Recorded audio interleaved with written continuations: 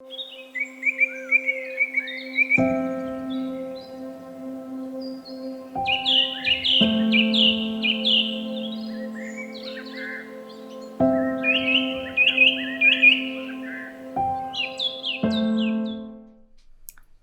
beautiful people, and a warm welcome to our autumn season Sketchbook Club portal.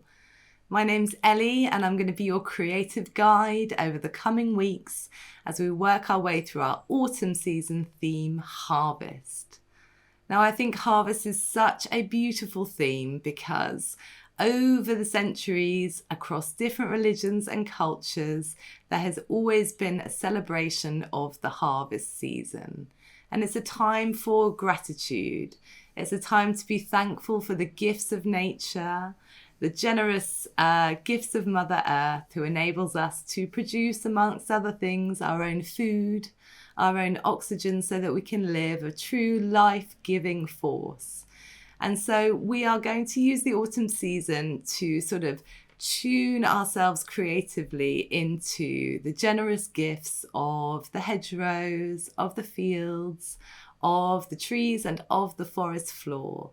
And we'll be doing that ever so gently and in a really meditative way, thinking about how we can capture through sketching, through drawing, through simple techniques, some of the beautiful fruits of the autumn season.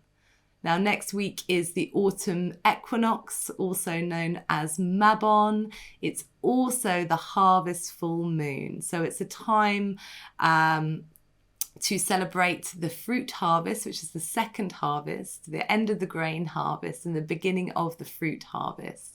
So we'll be beginning by looking at fruits of the hedgerows. We'll be looking at blackberries, damsons, sloes and rose hips in that first episode, which will go live on the portal on the 28th of September. So in the meantime, you have time to tune into this theme, and we encourage you to go out over the next couple of weeks and take lots of walks and take lots of photos, because things have already started to shift out there. We're already seeing a change in the colour of the leaves on the trees as the trees draw their energy in back into the roots, and we do a similar thing at this time of the year. We bring that energy in.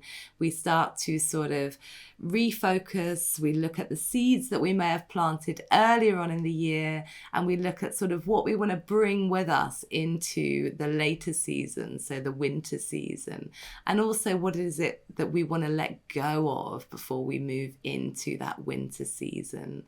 So almost the autumn, the harvest is also the beginning of thinking about sort of those leaner times ahead, and thinking about what we can preserve, what we can keep for those leaner times ahead, both in our making, but also, you know, perhaps through making other things, using our creativity to make jams and chutneys and jellies and all those kind of things that are sort of, you know, a way of being kind to our future self, aren't they? A sort of kindness to the person we may be in just a couple of months' time. So if you're joining us for the first time, I just wanted to let you know a few things about materials. So we've kept things really as simple as we possibly could for these first two cycles of the autumn season. You'll only need a biro, and I know that everyone's got a biro at home. If you've got some drawing ink, that would be fantastic. We've got loads available on the shop. It's not expensive. Or even this season, you might want to treat yourself to some walnut ink, which is something that I'll be working with definitely in cycles 2, but I've already been having a play with in my sketchbook. You're also going to need a basic set of watercolours to complete this season. Nothing fancy, okay? Just our basic travel set will do, as long as you've got a couple of different types of green, a couple of different types of red, and a couple of different types of yellow. You should have everything you need for cycles 1 and 2 of the autumn season. And now, if you were lucky enough to pick up our subscription box, you may also have some little seeds. These are wildflower seeds. They are to be sown right now. And, you know, for each of these packets that we sent out to you, a donation goes towards supporting the preservation of hedgehogs. So really, really important cause. You'll also have a load of information on the autumn season on this postcard, which you may want to use for some of your initial research into the autumn season theme, and even some nice happy tea. It's been quite a weird summer, so something a little bit uplifting for you. And finally, some tinted oatmeal watercolor paper, which again we'll be working with in cycle 2, so do hang on to that. We've also sent you some paints, and I will just give a reminder on the resources of what these paints are. They're not essential, but there are tutor pick of paints, and they are just glorious. So if you've got those, great. If you haven't got them, they are available to buy on our online shop as well. So yes, this is a season of forage, and we will be going out a little bit like we did in the summer and looking for inspiration. But on this occasion, we'll be bringing things home with us. So back to where we have our materials to hand, where we're able to sort of go a little bit deeper and, you know, work in a little bit more detail to our studies, but also sort of be out of the elements this time. So yes, we will be venturing out, but we'll be bringing the inspiration home. So I do encourage you to collect little samples. Working from observation as well as from photographs can be really, really helpful in sort of learning to really, or really seeing, not learning to, but yeah, learning to see, learning to look, learning to really translate what we're seeing before our eyes, which is a bit more of a challenge than it is actually to work from photographs. So where possible, do pop out and collect some samples if you can. And we'll also be sharing some tips on how you can use some of the things that we gather from the hedgerows as a basic ingredient for things like making your own homemade natural inks.